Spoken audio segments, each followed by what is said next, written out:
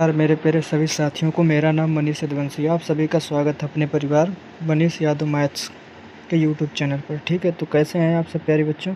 उम्मीद करेंगे आप सब बढ़िया होंगे और अपनी पढ़ाई लिखाई बढ़िया से कर रहे होंगे। तो जैसा कि बाबू आज हम लोग एक नया बैच स्टार्ट करने जा रहे हैं जो कि ठीक है, जो कि आपके एसएससी फाउंडेशन बैच 2026 का ठीक है नया बैच लॉन्च करने जा रहे हैं, जो कि इसमें आज हम लोग बात करेंगे फिजिक्स। ठीक है, यानी बेसिक फिजिक्स का इंट्रोडक्शन के बारे में बात करेंगे। ठीक है, तो आज का हमारा लेक्चर नंबर फर्स्ट होने वाला है। अगर दोस्तों आप लोग चैनल पर नए हैं तो प्लीज़ चैनल को सब्सक्राइब कर लीजिए और बेल आइकन का बटन ज़रूर दबाएं, जिससे कि हमारा आने वाला नेक्स्ट वीडियो का नोटिफिकेशन आप तक तुरंत पहुंचे। ठीक है, तो बाबू क्योंकि आपका कंपटीशन आप लोग देख ही ले रहे हैं, ठीक है, कितना हाई लेवल पे जा रहा है, तो इसलिए अगर आप लोग दोस्तों अगर आप लोग का बेस नहीं तैयार रहेगा, ठीक है, तो आप लोग एडवांस नहीं कर पाएंगे। इसीलिए दोस्तों हम इसमें बात करेंगे एकदम जीरो से लेकर हीरो लेवल तक। ठीक है दोस्तों, एकदम पूरा निचोड़ बताएंगे फिजिक्स दोस्तों, एकदम आप लोग को रटा देंगे। ठीक है, बस वीडियो पे आप लोग शुरू से लेकर एंड तक बने रहिएगा।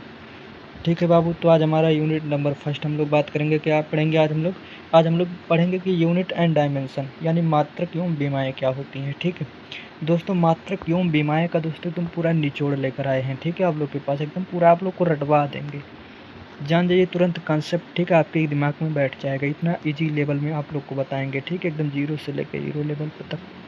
तो चलिए बिना देरी किए हुए वीडियो को स्टार्ट करते हैं। ठीक है बाबू, और हाँ बाबू, अगर आप लोगों को इसका पीडीएफ चाहिए, ठीक है, तो हमारा टेलीग्राम चैनल यानी इंजीनियर मनीष यदुवंशी को आप लोग ज्वाइन कर लीजिएगा।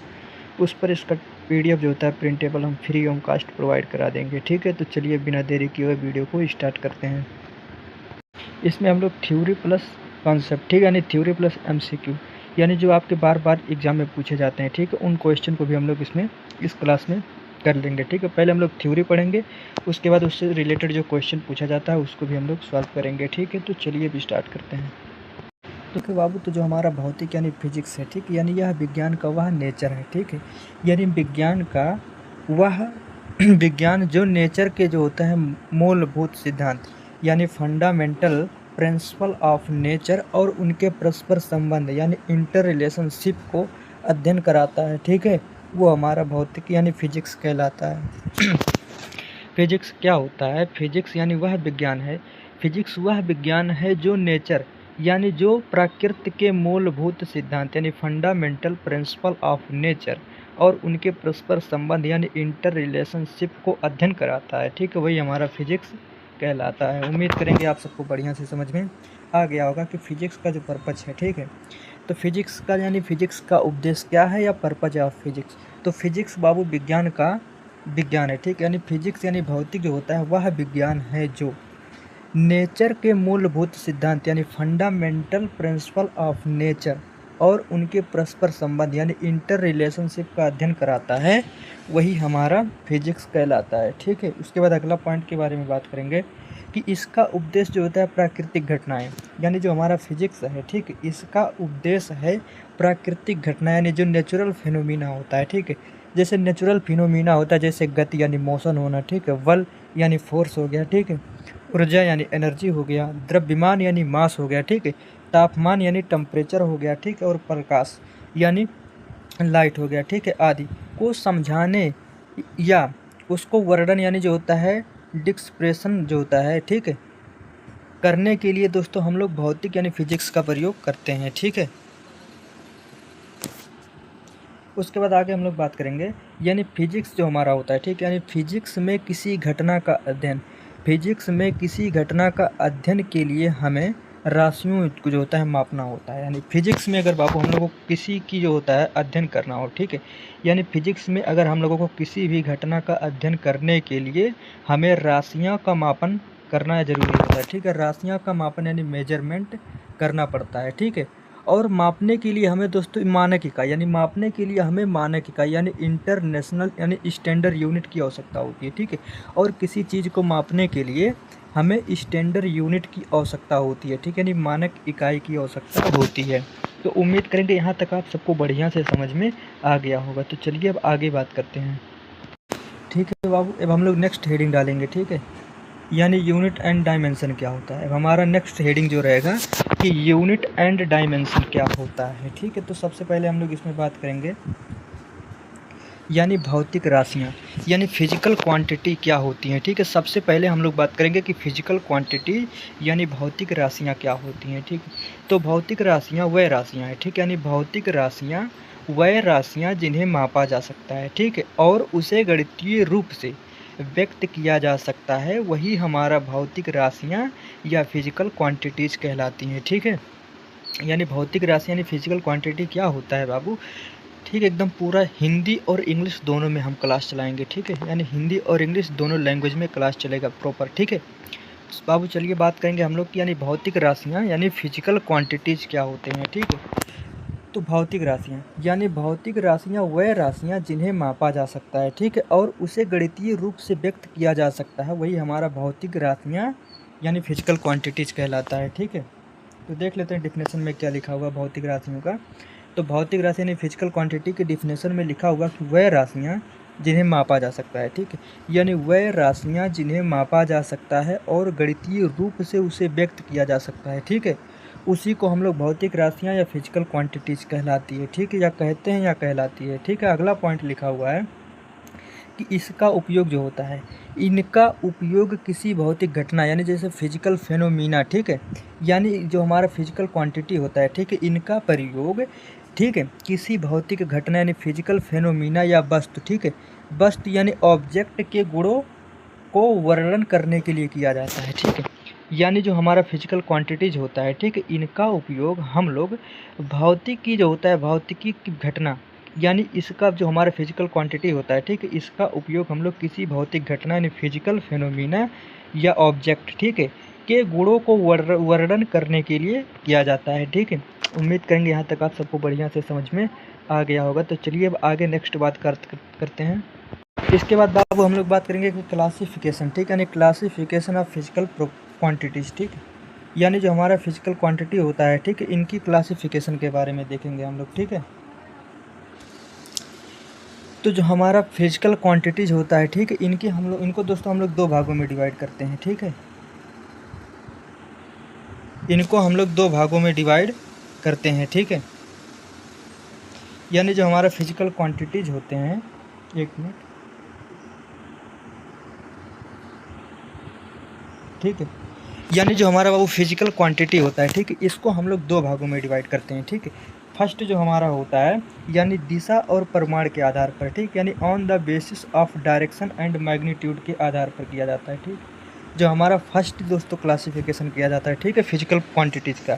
तो हमारा जो फिजिकल क्वांटिटी यानी भौतिक राशियाँ होती हैं, इसको दो भागों में हम लोग डिवाइड करते हैं। जो हमारा फर्स्ट होता है वो दिशा और परिमाण के आधार पर यानी on the basic of direction and magnitude, ठीक है, और दूसरा जो हमारा होता है बाबू ये मात्रक के आधार पर होता है। ठीक है, जैसे कि on the basic of measurement या यूनिट के आधार पर मेजर किया जाता है। ठीक है, उसके बाद हम लोग आगे बात करते हैं कि जो हमारा, ठीक है, जो हमारा फर्स्ट टाइप होता है यानी दिशा और परिमाण के आधार हमारा फिजिकल क्वांटिटी होता है, ये दो भागों में बांटा जाता है। ठीक है, एक दिशा और परिमाण के आधार पर, एक मात्रक के आधार पर। ठीक है, तो जो हमारा दिशा और परिमाण के आधार पर बांटा गया, ठीक, इसको भी हम लोग दो भागों में डिवाइड करते हैं। ठीक है, तो जो हमारा फर्स्ट होता है यानी अदिश राशि यानी स्केलर क्वांटिटीज़, ठीक, और दूसरा जो हमारा होता है वेक्टर क्वांटिटीज़ यानी सदिश राशि। ठीक है, यानी जो हमारा मैग्नीट्यूड एंड डिस्टेंस डायरेक्शन के जो बांटा जाता है। ठीक है, यानी जो हमारा दिशा और परिमाण के आधार पर बांटा गया उसको भी हम लोग दो भागों में बांटते हैं। ठीक है,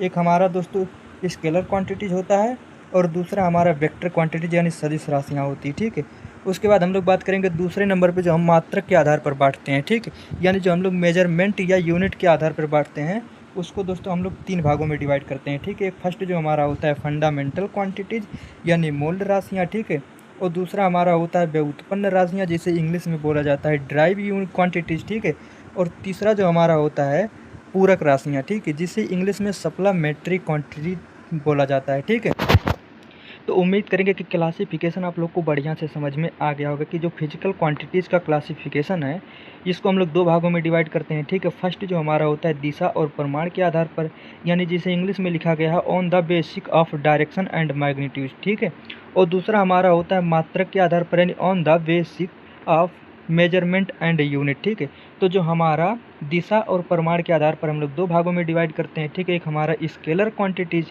जिसे हिंदी में अदिश राशियाँ कहते हैं, ठीक है, और एक हमारा वेक्टर क्वांटिटीज होता है जिसे हम लोग हिंदी में सदिश राशियाँ कहते हैं, ठीक है। उसके बाद नेक्स्ट हम लोग बात करेंगे कि जो मात्रक के आधार पर हम लोग तीन भागों में डिवाइड करते हैं, ठीक है। फर्स्ट जो हमारा होता है मूल राशियाँ जिसे हम लोग इंग्लिश में फंडामेंटल क्वांटिटीज कहते हैं, ठीक है। और दूसरा पार्ट जो हमारा होता है व्युत्पन्न राशियाँ जिसे हम लोग ड्राइव क्वांटिटीज कहते हैं, ठीक है। और थर्ड जो हमारा होता है पूरक राशियाँ जिसे हम लोग इंग्लिश में सप्लीमेंट्री क्वांटिटीज़ कहते हैं, ठीक है। अभी इन सब के बारे में पूरा डिटेल में आगे बात करेंगे, ठीक है। अभी तो ये हमारा क्लासिफिकेशन था, ठीक है। तो चलिए बाबू, उम्मीद करेंगे यहाँ तक आप सबको बढ़िया से समझ में आ गया होगा। तो चलिए आगे बात करते हैं, ठीक है। तो सबसे पहले आप लोग हेडिंग डालिएगा, ठीक है, यानी भौतिक राशियों के प्रकार, यानी टाइप्स ऑफ फिजिकल क्वांटिटीज़, ठीक है। यानी भौतिक राशियों के प्रकार यानी टाइप्स ऑफ फिजिकल क्वांटिटीज़, ठीक है। तो सबसे पहले हम लोग बात करेंगे यानी अदिश राशियाँ यानी स्केलर क्वांटिटीज़ हमारे क्या होते हैं, ठीक है। स्केलर क्वांटिटीज़ क्या होते हैं यानी अदिश राशियाँ क्या होती है। तो दोस्तों आप लोगों ने छोटी कक्षाओं में यानी क्लास 9th और 10th में पढ़े होंगे, ठीक है, कि अदिश राशियाँ वह राशियाँ होती हैं, ठीक है, जिनको हम लोग में जिनके पास दोस्तों खाली मैग्नीट्यूड होता है, ठीक है, उसमें कोई दिशा नहीं होती है, उसे हम लोग अदिश राशियाँ कहते हैं, ठीक है। आप लोगों ने छोटे कक्षाओं में इसका डेफिनेशन पढ़ा होगा कि सदिश राशियाँ वह राशियाँ होती हैं जिन्हें व्यक्त करने के लिए केवल मैग्नीट्यूड यानी परिमाण का आवश्यकता होती है, इसमें दिशा की आवश्यकता नहीं होती यानी डायरेक्शन की आवश्यकता नहीं होती है, उसे हम लोग अदिश राशियाँ यानी स्केलर क्वांटिटीज़ कहते हैं, ठीक है। तो इसका डिफिनेशन देख लेते हैं बाबू कि अदिश राशियाँ यानी स्केलर क्वांटिटीज़ का डिफिनेशन क्या कहता है, ठीक है। तो इसका डिफिनेशन लिखा होगा कि वह राशियाँ, ठीक है, यानी अदिश राशियाँ वह राशियाँ हैं जिनके पास केवल मैग्नीट्यूड, ठीक है, जिनके पास केवल मैग्नीट्यूड यानी परिमाण होता है, ठीक है।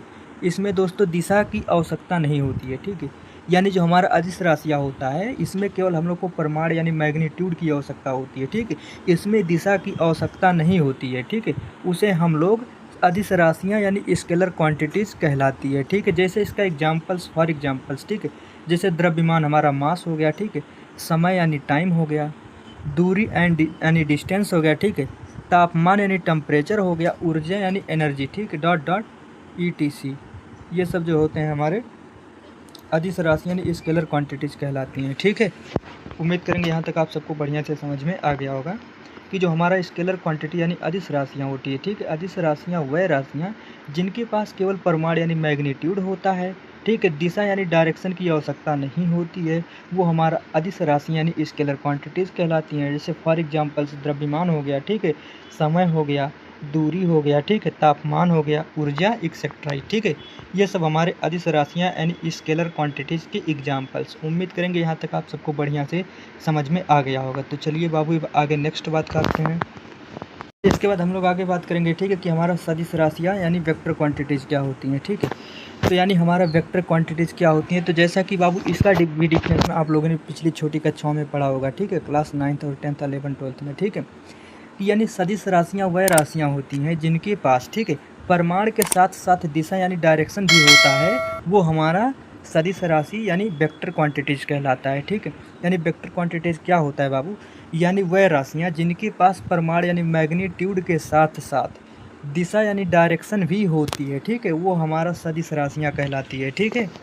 तो इसका डिफिनेशन देख लेते हैं क्या लिखा हुआ है, यानी सदिश राशि यानी वेक्टर क्वांटिटीज़, ठीक है। तो इसका डिफिनेशन लिखा हुआ है यानी वह राशियाँ, ठीक है, वह राशियाँ जिनके पास मैग्नीट्यूड यानी वह राशियाँ जिनके पास परिमाण यानी मैग्नीट्यूड के साथ साथ, ठीक है, दिशा यानी डायरेक्शन भी होता है, ठीक है, उसे हम लोग सदिश राशियाँ यानी वेक्टर क्वांटिटीज़ कहलाती हैं, ठीक है। हमारी यानी सदिश राशियाँ क्या होती हैं बाबू, तो वह राशियाँ जिनके पास, ठीक है, परिमाण यानी मैग्नीट्यूड के साथ साथ दिशा यानी डायरेक्शन भी होता है, ठीक है, वो हमारा सदिश राशियाँ यानी वेक्टर क्वांटिटीज़ कहलाती हैं, ठीक है। जैसे फॉर एग्जांपल्स वेग यानी वेलोसिटी हो गया, ठीक है, बल यानी फोर्स हो गया, ठीक है, विस्थापन यानी डिस्प्लेसमेंट हो गया, त्वरण यानी एक्सलरेशन, ठीक है, एक्सेट्रा, ठीक है।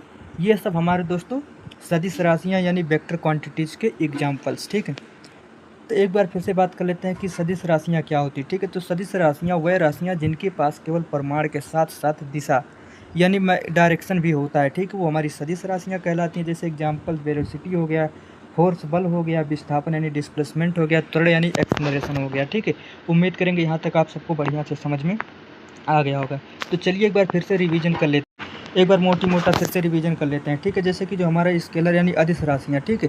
अदिश राशि यानी स्केलर क्वांटिटीज क्या होता है, तो अदिश राशियाँ यानी वह राशियाँ जिनके पास केवल परिमाण यानी मैग्नीट्यूड होता है, दिशा की आवश्यकता नहीं होती है, ठीक है। इसमें इसे हम लोग अदिश राशि यानी स्केलर क्वांटिटीज कहते हैं। जैसे फॉर एग्जाम्पल्स मास हो गया, द्रव्यमान, समय यानी टाइम हो गया, दूरी यानी डिस्टेंस हो गया, ठीक है, तापमान यानी टेम्परेचर हो गया, ऊर्जा यानी एनर्जी हो गया, ठीक है। इसे हम लोग अदिश राशि यानी स्केलर क्वांटिटीज कहते हैं। इसके बाद हम लोग ठीक है, इसके बाद हम लोग नेक्स्ट बात करेंगे कि सदिश राशि यानी वेक्टर क्वांटिटीज़ क्या होता है। तो सदिश राशि यानी वह राशियाँ जिनके पास परिमाण यानी मैग्नीट्यूड के साथ साथ दिशा यानी डायरेक्शन भी होता है, ठीक है, वो हमारा वेक्टर क्वांटिटीज यानी सदिश राशियाँ कहलाता है, ठीक है। जैसे कि ठीक है, जैसे एग्जाम्पल दोस्तों, वेग यानी वेलोसिटी हो गया, फोर्स यानी बल हो गया, ठीक है, विस्थापन यानी डिस्प्लेसमेंट, त्वरण यानी एक्सलरेशन हो गया, ठीक है। उम्मीद करेंगे यहाँ तक आप सबको पूरा बढ़िया से समझ में आ गया होगा। तो चलिए आगे बात करते हैं। इसके बाद हम लोग नेक्स्ट हेडिंग डालेंगे, ठीक है, यानी यूनिट एंड डायमेंशन क्या होता है, ठीक है। तो यूनिट एंड डायमेंशन क्या होता है, ठीक है। तो यूनिट एंड डायमेंशन में सबसे पहले हम लोग फर्स्ट हेडिंग पढ़ेंगे बाबू, ठीक है, यानी मौलिक राशि यानी फंडामेंटल क्वांटिटीज़ क्या होती हैं, ठीक है, मोस्ट इंपॉर्टेंट है, यानी फंडामेंटल क्वांटिटीज़ क्या होती हैं, ठीक है। तो फंडामेंटल क्वांटिटी, ठीक, यानी फंडामेंटल क्वांटिटी यानी वह मात्रक, यानी इसका डिफिनेशन होता है यानी वह मात्रक जिनका उपयोग मौलिक राशि यानी फंडामेंटल क्वांटिटीज़ को व्यक्त करने के लिए किया जाता है, वही हमारा फंडामेंटल यूनिट कहलाता है, ठीक है। जैसे एग्जांपल्स, लंबाई का मीटर होता है, ठीक है, समय का सेकंड होता है, और द्रव्यमान यानी मास का केजी यानी किलोग्राम होता है, ठीक है। तो इसका डिफिनेशन में क्या लिखा हुआ बाबू कि फंडामेंटल क्वांटिटीज़ का डिफिनेशन क्या होता है, ठीक है।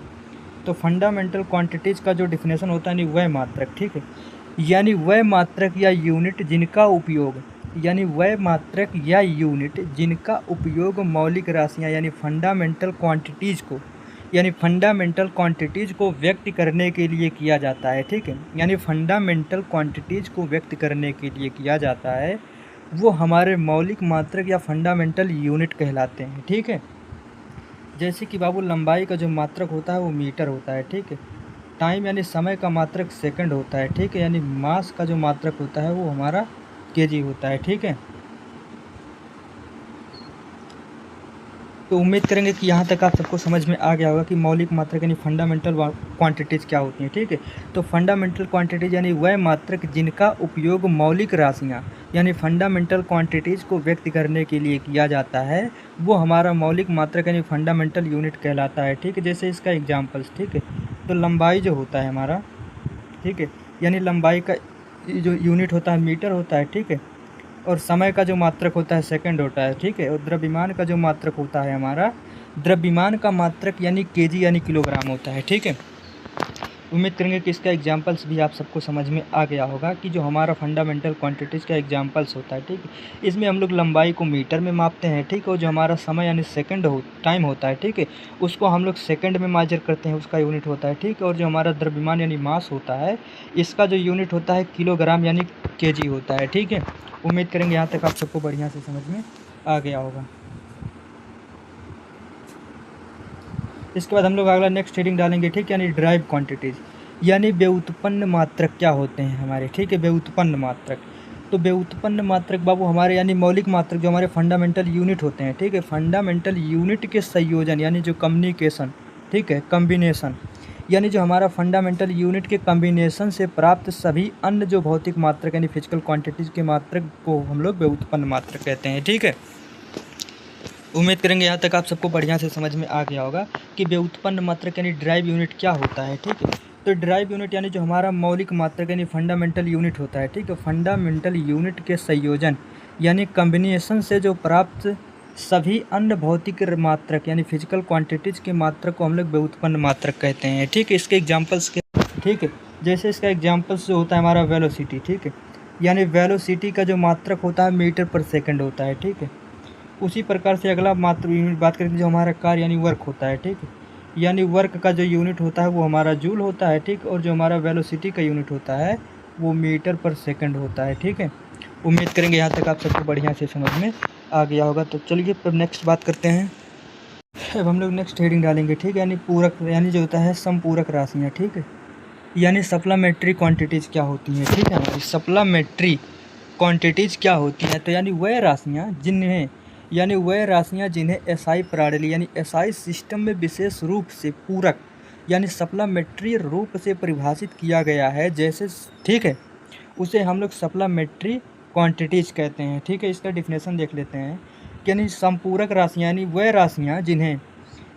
राशियाँ जिन्हें एसआई यूनिट यानी जिन्हें एसआई प्रणाली में विशेष रूप से संपूरक यानी सप्लीमेंट्री के रूप में परिभाषित किया गया है। ठीक है, उसे हम लोग सप्लीमेंट्री क्वांटिटीज़ कहते हैं। ठीक है, यानी जो हमारा संपूरक राशियाँ होती हैं, ठीक है बाबू, क्वांटिटी ये हमारे दो टाइप के होते हैं। ठीक है, एक हमारा जो होता है प्लेन एंगल होता है। ठीक है, एक हमारा प्लेन एंगल होता है और एक हमारा सॉलिड एंगल होता है। ठीक है, यानी जो हमारा सप्लीमेंट्री क्वांटिटीज होती हैं, ठीक है, ये हमारे टू टाइप्स के होते हैं। ठीक है, एक इसमें हमारा समतल कोण यानी प्लेन एंगल होता है और एक हमारा घन कोण यानी सॉलिड एंगल होता है। ठीक है, इन्हीं को दोस्तों हम लोग संपूरक राशियाँ यानी सप्लीमेंट्री क्वांटिटीज़ कहा जाता है। ठीक है, उम्मीद करेंगे यहाँ तक आप सबको बढ़िया से समझ में आ गया होगा। तो चलिए अब आगे नेक्स्ट बात करते हैं। ठीक है, तो जैसे कि दोस्तों इसके यूनिट के बारे में बात कर लेते हैं। ठीक है, यानी तो आप लोग एक इस तरीके से बॉक्स बनाइएगा। ठीक है,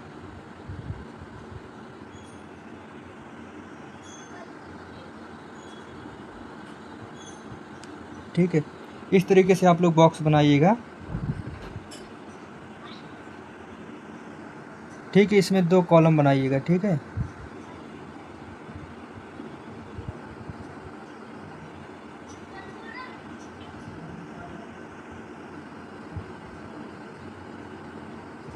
इस तरीके से आप लोग दो कॉलम बनाइएगा। ठीक है, इसमें इसके बाद सबसे पहले जो हमारा होता है लंबाई। ठीक है, यानी जो लंबाई का मात्रक हमारा मीटर होता है। ठीक है, इसी प्रकार से दूसरा जो होता है हमारा द्रव्यमान। ठीक है, द्रव्यमान यानी मास। ठीक है, मास का जो मात्रक हमारा केजी यानी किलोग्राम होता है। ठीक है, इसी तरीके से जो हमारा तीसरा होता है समय यानी टाइम। ठीक है, टाइम का जो होता है सेकंड होता है। ठीक है, इसी तरीके से जो बाबू हमारा चौथा होगा,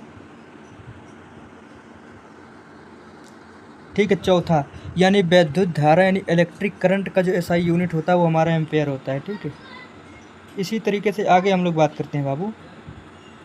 ठीक है, अगला जो हमारा होता है तापमान।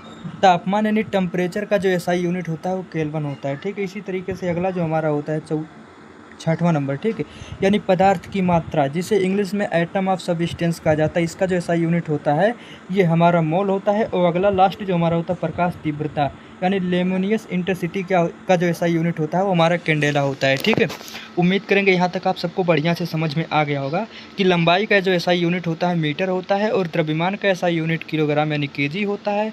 समय का एसआई यूनिट सेकंड होता है। ठीक है, विद्युत धारा यानी इलेक्ट्रिक करंट का जो एसआई यूनिट होता है वो हमारा एम्पेयर होता है। ठीक है, तापमान यानी टेम्परेचर का जो एसआई यूनिट केल्विन होता है। ठीक है, पदार्थ की मात्रा यानी एटम ऑफ सब्सटेंस का जो एसआई यूनिट हमारा मोल होता है। ठीक है, और प्रकाश की तीव्रता यानी लुमिनस इंटेंसिटी का जो एसआई यूनिट होता है ये हमारा कैंडेला होता है।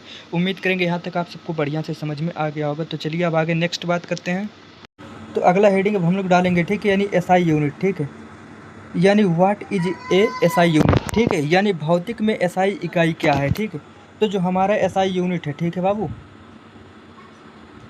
यानी जो हमारा एसआई यूनिट है, ठीक है, यानी एसआई यूनिट यानी जिसे हम लोग अंतर्राष्ट्रीय स्तर पर इसका उपयोग की जाने वाली मानकीकृत मापन यानी प्रणाली है। ठीक है, यानी एसआई यूनिट का फुल फॉर्म होता है स्टैंडर्डाइजेशन। ठीक है, यानी स्टैंडर्डाइजेशन मेजरमेंट सिस्टम भी कहते हैं। ठीक है, इसको हम लोग यानी हिंदी में कहते हैं मानकीकृत मापन प्रणाली, यानी जिसे इंग्लिश में बोला जाता है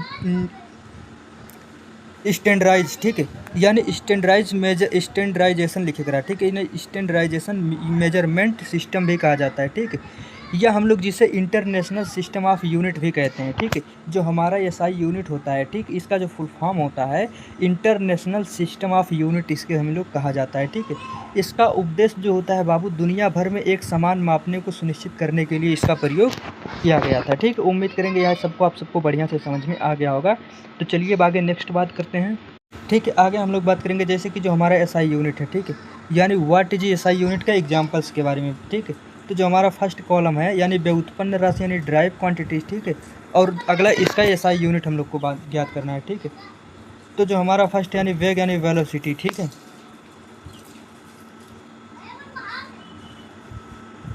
ठीक है, वेलोसिटी।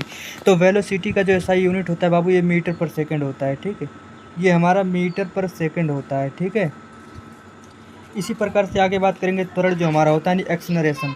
यानी त्वरण का जो हमारा एसआई यूनिट होता है वो मीटर अपान, ठीक है, सेकंड स्क्वायर होता है। इसी तरीके से अगला जो हमारा बल यानी फोर्स होता है, ठीक है, यानी बल यानी फोर्स का जो एसआई यूनिट होता है वो हमारा न्यूटन होता है, ठीक है, जिसका सिंबल कैपिटल एन होता है, ठीक है। इसी तरीके से आगे बात करेंगे जी, ठीक है, यानी जो कार्य और ऊर्जा होता है, ठीक, यानी हमारा वर्क और एनर्जी होता है, इन दोनों का एसआई यूनिट सेम होता है, यानी जूल होता है, ठीक है, जिसका सिंबल जो होता है कैपिटल जे होता है, ठीक है। इसी तरीके से आगे बात करेंगे शक्ति यानी पावर।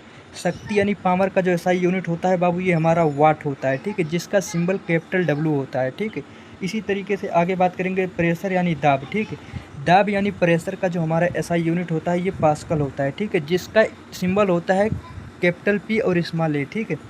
इसी तरीके से आगे बात करेंगे हम लोग आवृत्ति यानी फ्रेक्वेंसी, ठीक है।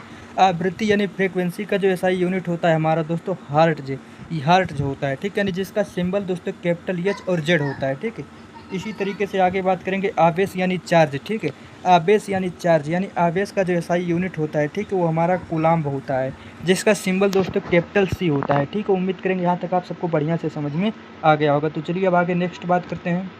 तो दोस्तों अगर वीडियो आप लोग को पसंद आया होगा, ठीक है, तो वीडियो को ज़्यादा से ज़्यादा शेयर करिएगा और लाइक करिएगा। अगर चैनल पर नए हैं तो प्लीज़ चैनल को सब्सक्राइब कर लीजिए और बेल आइकन का बटन ज़रूर दबाएं, जिससे कि हमारा आने वाला नेक्स्ट वीडियो का नोटिफिकेशन आप तक तुरंत पहुँचे, ठीक है। तो अगर आप लोगों को किसी भी तरीके का डाउट है तो आप लोग कमेंट करिएगा, हम रिप्लाई ज़रूर देंगे। फिर मिलते हैं कल और एक नई वीडियो के साथ, तब तक के लिए जय हिंद, जय भारत।